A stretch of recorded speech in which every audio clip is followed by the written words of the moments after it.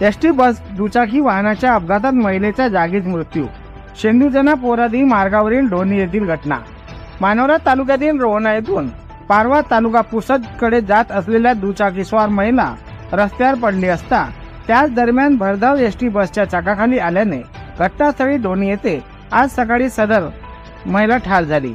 सदर दुर्दैवी घटना घडल्याबरोबर शेकडो ग्रामस्थ व प्रवासी यांची गर्दी घटनास्थळी जमा झाली होती।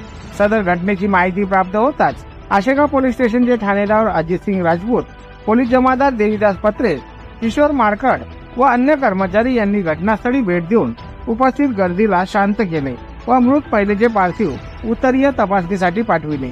पोलीस सूत्रांकडून प्राप्त माहितीनुसार रोहना निवासी 50 वर्षीय मृतक महिलेच्या मुलाने ठाण्यामध्ये दिलेल्या तक्रारीनुसार ते त्यांच्या आई मंदा गणेश गोडे मोटरसायकल क्रमांक MH29BX 9245 पुसद तालुक्यातील पारवा येथे दशक्रिय विधी कार्यक्रमासाठी जात होते। या दरम्यान ढोणीजवळ अचानक त्यांच्या आई दुचाकीवरून रस्त्यावर पडल्या।